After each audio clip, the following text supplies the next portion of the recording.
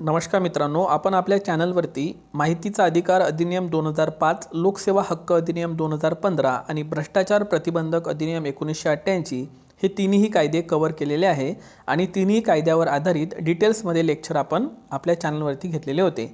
तर त्या तिन्ही लेक्चरवर आधारित आज मी तुमच्यासाठी एकूण 45 प्रश्न घेऊन आलेलो आहे आणि प्रत्येक कायद्यावर 15-15 प्रश्न मी इथे दिलेले आहे।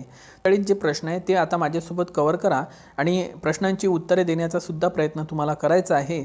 आणि या 45 प्रश्न जे आपण काढलेले आहे ते सर्व 3 कायद्यावर आधारित प्रश्न आहे, म्हणजे तुमची एक छान रिव्हिजन सुद्धा होईल नगर परिषद वगैरे एग्जामसाठी। तर पहिला प्रश्न आहे, भ्रष्टाचार प्रतिबंधक अधिनियम 1988 हा कायदा कधी अंमलात आला? 15 ऑगस्ट 1988, 9 सप्टेंबर 1988, 9 सप्टेंबर 1989 की 26 जानेवारी 1989? तर मित्रांनो, या प्रश्नाचं अचूक उत्तर आहे ऑप्शन नंबर 2, 9 सप्टेंबर 1988 मध्ये हा कायदा अंमलात आलेला होता।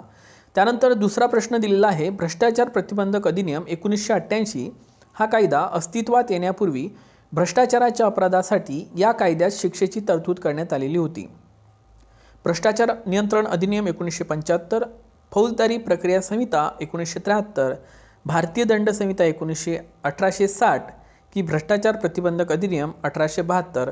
तर या प्रश्नाचं अचूक उत्तर ऑप्शन नंबर सी, भारतीय दंड संहिता 1860। कारण कलम 161 ते 165 ए पर्यंत भ्रष्टाचारासंबंधित कलम ह्या IPC मध्ये देण्यात आलेले आहे, इंडियन पिनल कोडमध्ये। तर हा महत्त्वाचा प्रश्न आहे। तिसरा प्रश्न बघा, भ्रष्टाचार प्रतिबंधक अधिनियम 1988 भ्रष्टाचाराबाबत अपराधाचे खटले चालवण्याचा अधिकार कोणाला आहे? भ्रष्टाचार प्रतिबंध आयुक्त, सत्र न्यायाधीश, प्रथम वर्ग न्यायदंडाधिकारी की विशेष न्यायाधीश? तर या प्रश्नाचं अचूक उत्तर आहे विशेष न्यायाधीश यांना अपराधाचे खटले चालवण्याचा अधिकार आहे। पुढचा प्रश्न बघा, लोकसेवकाच्या गुन्हेगारी स्वरूपाच्या गैरवर्तनाविषयी तरतूद कोणत्या कलमामध्ये देण्यात आलेली आहे? ऑप्शन आहे मित्रांनो, कलम 11, कलम 13 की कलम 17 की कलम 9? तर मित्रांनो, या प्रश्नाचं अचूक उत्तर आहे कलम 13। क्वेश्चनकडे, भ्रष्टाचार प्रतिबंधक अधिनियमात लोकसेवकाची तरतूद कोणत्या कायद्यानुसार घेण्यात आलेली आहे? CRPC 1973, IPC 1860, भ्रष्टाचार प्रतिबंधक अधिनियम 1975 की कंपनी कायदा 1957? तर या प्रश्नाचं अचूक उत्तर आहे IPC 1860। कलम 21 दिलेली आहे IPC मध्ये, कलम 21, ज्यामध्ये लोकसेवकाची संबंधित माहिती दिलेली आहे। सहावा प्रश्न आहे, भ्रष्टाचार प्रतिबंधक अधिनियम 1988 अंतर्गत अपराधाचे अन्वेषण कोणत्या कलमानुसार करता येते? कलम 17-18, कलम 15-16, कलम 11-12 की कलम 18-19? तर या प्रश्नाचं अचूक उत्तर आहे ऑप्शन नंबर ए, कलम 17 आणि 18 मध्ये अपराधासंबंधित माहिती दिलेली आहे, अन्वेषण। ओके, लक्षात घ्या, अपराधासंबंधीचं अन्वेषण विशेषतः महत्त्वाचं आहे। ओके, त्यानंतर बघा, भ्रष्टाचार अधिनियम अंतर्गत कोणत्या कलमानुसार अपील करता येते? तर या प्रश्नाचं अचूक उत्तर आहे मित्रांनो, कलम 27 नुसार अन्वेषण करता येते। त्यानंतर लोकसेवकांनी अयोग्य लाभ मिळवण्याबाबत किती महिन्याच्या शिक्षेची तरतूद करण्यात आलेली आहे? मालमत्ता जप्ती संबंधित एक प्रकरण आहे 4A, त्या 4A प्रकरणामध्ये कोणती कलम आहे ज्यामध्ये मालमत्तेची जप्ती दिलेली आहे? ऑप्शन आहे 7A, 8A, 17A की 18A? तर मित्रांनो, या प्रश्नाचं अचूक उत्तर आहे 18A मध्ये हे देण्यात आलेलं आहे। ओके, त्यानंतर पुढे जो आपण नेक्स्ट क्वेश्चनमध्ये, लोकांनी फौजदारी पात्र गैरवर्तन केल्यास किती वर्षाची शिक्षेची तरतूद आहे? तर या प्रश्नाचं अचूक उत्तर देण्याचा प्रयत्न करा।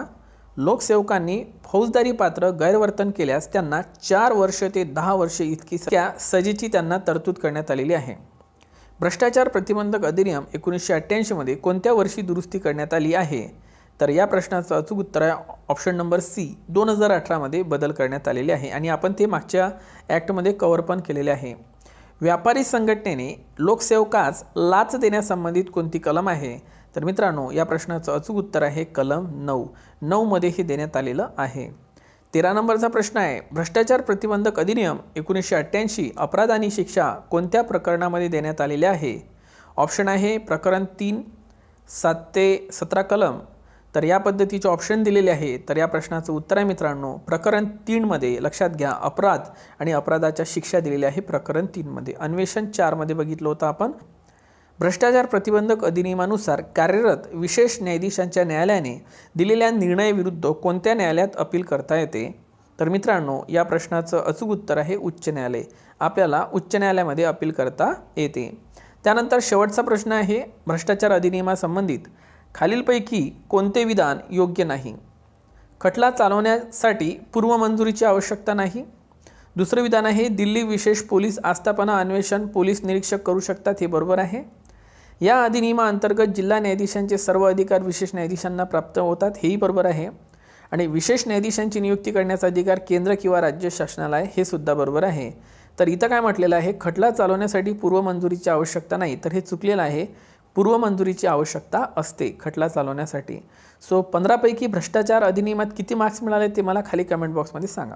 महाराष्ट्र लोकसेवा हक्क अधिनियम, आता 2015वर आधारित जे प्रश्न आहे लोकसेवा हक्क अधिनियम, याच्यामध्ये आपण टोटल 15 प्रश्न बघणार आहे आणि नंतर माहितीच्या अधिकारावर 15 प्रश्न बघणार आहे.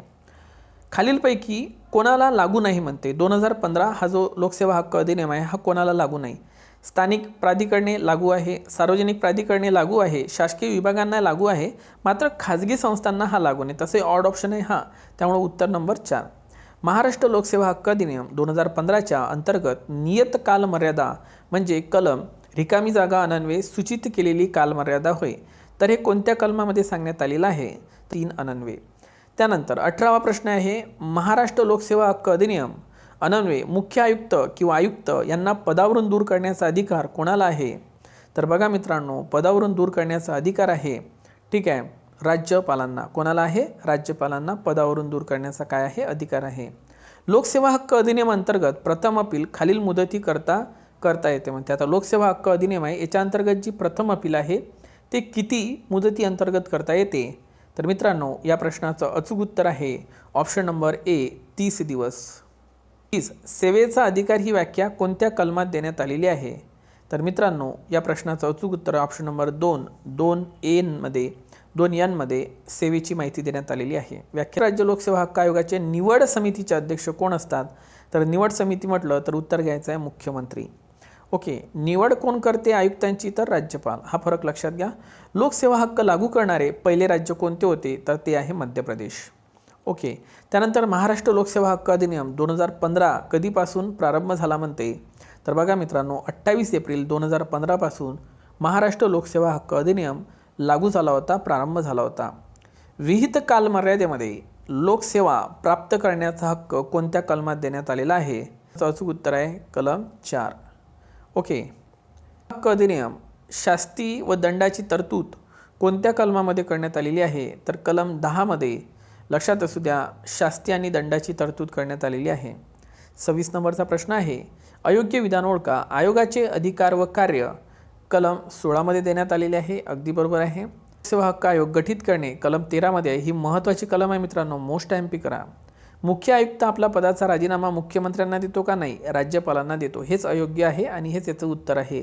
इथं मुख्यमंत्र्यांना नाही, राज्यपालांना पाहिजे. आणि मुख्य आयुक्त पुनर्नेमणुकीसाठी पात्र नसतात. बरोबर आहे. 27 नंबरचा प्रश्न आहे प्राधिकाऱ्यांची नियुक्ती कोणत्या कलमानुसार करता येते? कलम 7, कलम 8, कलम 9 की कलम 13? तर अपील प्राधिकारी म्हटलं तर कलम 8 तुम्हाला इथे लक्षात ठेवायचं आहे. लोकसेवा हक्क आयोगाच्या कलम 25 कशाशी संबंधित आहे? कलम 25 लोकसेवा हक्क. तर मित्रांनो, या प्रश्नाचं अचूक उत्तर आहे सद्भावनेने केलेल्या कृती संरक्षण. माहिती अधिकारामध्ये ही कलम 21 मध्ये येते. ओके, तर लोकसेवामध्ये कलम 25 आहे. 29वा प्रश्न बघा महाराष्ट्र लोकसेवा हक्क अधिनियमानुसार एकूण किती वेळा अपील करता येते? तर बघा, याच्यामध्ये एकूण 3 वेळा अपील करता येते, मात्र माहिती अधिकारामध्ये फक्त 2 वेळा अपील करता येते. अधिनियमातील हा शेवटचा प्रश्न आहे. महाराष्ट्र लोकसेवा हक्क आयोगाचे पहिले अध्यक्ष कोण होते? तर बघा मित्रांनो, ते होते स्वाधीन क्षत्रिय. मोस्ट टाइम पिकरा, स्वाधीन क्षत्रिय. ओके, सो स्वाधीन क्षत्रिय हे महाराष्ट्र लोकसेवा आयोगाचे पहिले अध्यक्ष होते. माहिती अधिकारावर आधारित आता काही 15 प्रश्न आहेत, ते आपण इथे कव्हर करूया. पहिल्यांदा तुम्ही लोकसेवा हक्क अधिनियमात किती भेटले ते पण मला खाली कमेंट बॉक्समध्ये सांगा. अधिनियम 2005 कधीपासून अंमलात आला? तर उत्तर आहे 12 ऑक्टोबर 2005. त्यानंतर पुढचा प्रश्न बघा खालीलपैकी कोणता दिवस आंतरराष्ट्रीय माहिती अधिकार दिन म्हणून साजरा केला जातो? तर बघा 28 सप्टेंबरला हा दिवस साजरा केला जातो. केंद्रीय माहिती आयुक्त यांच्या निवड समितीचे अध्यक्ष कोण? बघा, निवड समिती आला आणि केंद्रीय आलं तर या प्रश्नाचं अचूक उत्तर घ्यायचं आहे पंतप्रधान. ठीक आहे. त्यानंतर जम्मू काश्मीर व लडाख. ओके, जम्मू काश्मीर व लडाख या केंद्रशासित प्रदेशांना हा अधिनियम कधीपासून लागू झाला? तर 31 ऑक्टोबर 2019. कारण जम्मू काश्मीर आणि लडाखची निर्मिती 31 ऑक्टोबर 2019 मध्ये झालेली होती. 2005 मधील कलम 2 मध्ये माहितीचा अर्थ सांगण्यात आलेला आहे, तर तो कोणत्या कलमामध्ये आहे? तर बघा, या प्रश्नाचं अचूक उत्तर आहे 2F मध्ये माहिती हा शब्द सांगण्यात आलेला आहे, त्याचा उल्लेख करण्यात आलेला आहे. माहिती देण्यापासून अपवाद कोणत्या कलमामध्ये सांगण्यात आलेला आहे? तर कलम 8 मध्ये अपवाद लक्षात ठेवायचा आहे तुम्हाला. मोस्ट टाइम करा. 2005 रोजी माहितीच्या अधिकाराच्या खालीलपैकी कोणती कलम सुरू झालेली नव्हती? तर या प्रश्नाचं अचूक उत्तर आहे कलम 25. बाकी जवळपास मला वाटते 9 कलमा लागू झालेल्या होत्या, त्या तुम्ही एकदा चेक करून घ्या. माहितीचा अधिकार अधिनियम 2005च्या अंतर्गत खालीलपैकी कोण मुख्य माहिती आयुक्ताला शपथ देतात म्हणते? आता शपथ आलं की लक्षात घ्यायचं आहे तुम्हाला राष्ट्रपती शपथ देतात. किती वर्षापूर्वी घडलेल्या घटनांबाबत माहिती अधिकाऱ्याला त्याच्या कायद्याअंतर्गत माहिती मागता येत नाही, तर मागू शकते, पण 20 वर्षानंतर घडलेल्या माहिती सहजी मिळत नाही, लक्षात घ्या. ओके, तर 20 वर्षापर्यंतची माहिती मिळू शकते. माहितीचा अधिकार अधिनियम 2005 मधील कलम 22 नुसार खालीलपैकी कोणत्या अधिनियमावर हा अधिनियम परिणाम करतो? तर या प्रश्नाचं अचूक उत्तर आहे शासकीय गुपित अधिनियम 1923 आणि याला 100 वर्ष पूर्ण झाले, त्यामुळे यावरती प्रश्न विचारला जाऊ शकतो. 41 नंबरचा प्रश्न आहे, अधिनियमाच्या प्रारंभानंतर 120 दिवसाच्या आत माहिती काय करावी? प्रसिद्ध करावी. हे कोणत्या कलमात सांगण्यात आलेलं आहे? कलम नंबर 4. तर 100 दिवसाच्या आत पदनिर्देशित अधिकारी नेमणे कलम 5 मध्ये सांगण्यात आलेलं आहे. माहितीचा अधिकार ऑनलाईन करणारं पहिलं राज्य आपलं महाराष्ट्र राज्य आहे, लक्षात असू द्या. माहितीचा अधिकार कायदा 2005च्या तरतुदीनुसार दुसरी अपील किती दिवसात दाखल करावी लागते? तर ते 90 दिवसात दाखल करावी लागते. मोस्ट टाइम करा. माहितीच्या अधिकारात 2च अपीला करता येते, पण लोकसेवा हक्क अधिनियमामध्ये 3 अपील करता येते. राज्य माहिती आयोगाची तरतूद कितव्या प्रकरणात करण्यात आलेली आहे? तर प्रकरण नंबर 4. मोस्ट टाइम करा. सांगा, केंद्रीय माहिती आयोगाची तरतूद प्रकरण कितीमध्ये करण्यात आलेली आहे? हे राज्य माहिती आयोगाला तर 4 घ्या, पण केंद्रीय माहिती आयोगाचं प्रकरण सांगा कशामध्ये आहे स्थापना. आणि शेवटचा प्रश्न आहे मित्रांनो, माहिती अधिकार अधिनियम 2005 मध्ये विहित करण्याचा अधिकार समुचित शासन व कोणाला देण्यात आलेला आहे? सक्षम प्राधिकारी, लोकायुक्त, जनमाहिती अधिकारी की राज्यपाल? तर मित्रांनो समुचित शासन आणि सक्षम प्राधिकारी या दोघांना अधिकार देण्यात आलेले आहे. तर मित्रांनो, हे होते 3 ॲक्टवर आधारित 15 म्हणजे जवळपास 45 प्रश्न आणि त्याची उत्तरं. ओके, सो लेक्चर कसं वाटलं नक्की कमेंट बॉक्समध्ये सांगा. व्हिडिओला लाईक करा, मित्रांपर्यंत शेअर करा. लवकरच भेटू, तोपर्यंत take care and thank you so much.